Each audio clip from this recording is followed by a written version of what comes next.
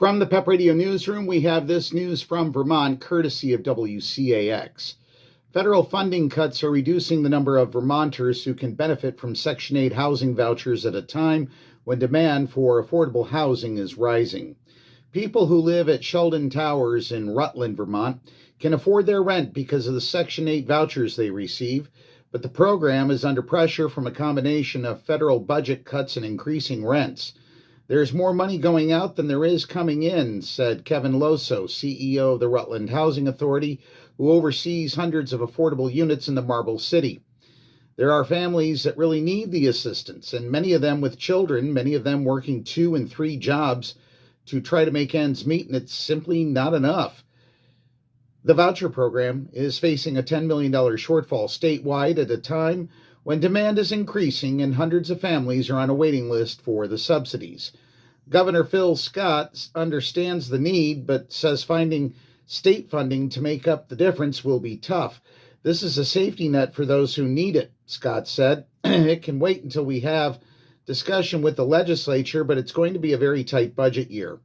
There is no extra money. With or without Section 8 subsidies, the demand for affordable housing is high.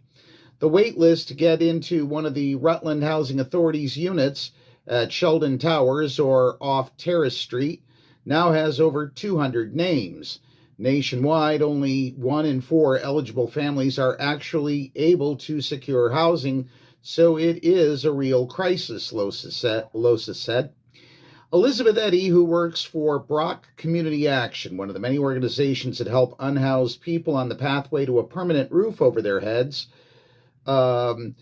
there's a widening gap between the cost of most apartments and what many people on a fixed income or just lower income, even though they're working, can afford, Eddy said.